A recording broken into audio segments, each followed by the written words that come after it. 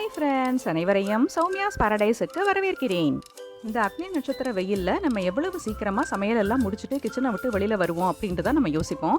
ஈஸியாகவும் இருக்கணும், டேஸ்டியாகவும் இருக்கணும், அதே நேரத்தில் நல்ல ஹெல்த்தியாகவும் இருக்கக்கூடிய ஒன் பார்ட் ரெசிபியான சனா புலாவ் நான் எப்படி எங்கள் வீட்டில் தயார் பண்ணுறேங்கிறத தான் இன்றைக்கி நம்ம கூட ஷேர் பண்ணிக்க போகிறேன்.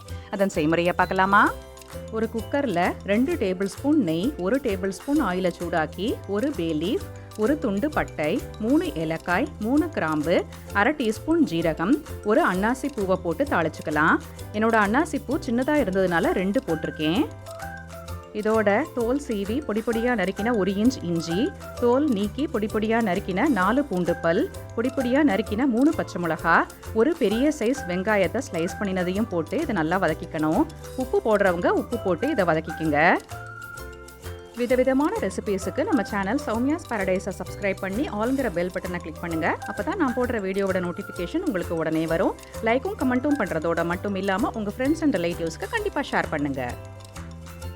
வெங்காயம் வதங்கியாச்சு. இதோட நீள வாக்கில் நறுக்கின 1/2 கேப்சிகத்தை போட்டு லேசாக வதக்குறேன்.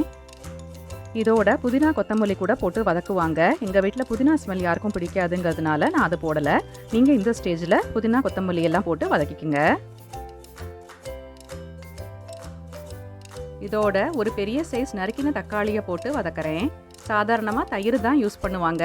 நீங்கள் தயிரோ இல்லைனா தக்காளியோ எது வேணுனாலும் யூஸ் பண்ணிக்கோங்க. 1/2 கப் கருப்பு கொண்டக்கடலையை நல்லா வாஷ் பண்ணி 14 மணி நேரம் ஊற வச்சுருந்தேன். அதை இதோட போட்டு லேசாக வதக்குறேன். கொண்டக்கடலையை நிறைய நேரம் ஊற வைக்கும்பொழுது இது சீக்கிரமாகவே வெந்துடும். இதோட 1/4 டீஸ்பூன் மஞ்சத்தூள், 1/4 டீஸ்பூன் வறுத்து பொடி பண்ணின ஜீரகத்தூள், 1 teaspoon Kashmiri chilli powder, 1/2 teaspoon garam மசாலாவை போட்டு லேசாக வதக்கிக்கலாம். மசாலாக்கள் எல்லாம் உங்களுக்கு தேவையான அளவு போட்டுக்கோங்க. 1 கப் பாஸ்மதி அரிசியை நல்லா வாஷ் பண்ணி 10 நிமிஷம் ஊற வச்சுருந்தேன். அதோட தண்ணியை வடித்து அரிசியை மட்டும் இதில் ஆட் பண்ணியிருக்கேன். இதை நல்லா மிக்ஸ் பண்ணிக்கலாம். நான் இன்றைக்கி பாஸ்மதி அரிசி யூஸ் பண்ணியிருக்கேன். நீங்கள் ரெகுலராக உங்கள் வீட்டில் புலாவுக்கு எந்த அரிசி யூஸ் பண்ணுவீங்களோ அதை யூஸ் பண்ணிக்கோங்க. இது முழுகிற அளவுக்கு தண்ணி விட்டு தேவையான அளவு உப்பும் போட்டு நல்லா மிக்ஸ் பண்ணி குக்கரை மூடி அடுப்பை ஹை ஃப்ளேம்லேயே வச்சு 2 விசில் விட்டு வேக விட போகிறேன். நீங்கள் சாதாரணமாக புலாவ் தயார் பண்ணும்பொழுது எப்படி விசில் விடுவீங்களோ அந்த அளவுக்கு விசில் விட்டு தயார் பண்ணிக்கோங்க. இது வெந்ததுக்கப்புறம் காட்டுறேன். இதுக்கு சைட் டிஷ்ஷாக ரைத்தாவும் அப்பளம் இல்லைனா சிப்ஸ் தொட்டு சாப்பிட்றதுக்கு சூப்பராக இருக்கும். நம்ம சேனலில் ஏற்கனவே குக்கும்பர் ரைத்தா ரெசிபி போட்டிருக்கேன். இதோட லிங்க் டிஸ்கிரிப்ஷன் பாக்ஸில் கொடுக்குறேன்.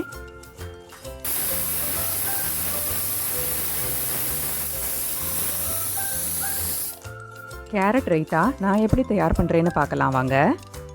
2 கப் தயிரை நல்லா பீட் பண்ணி இந்த பவுலில் விட்டுருந்தேன். இதோட 1/2 கப் துருவின கேரட்டை போட்டு நல்லா மிக்ஸ் பண்ணிக்கிறேன்.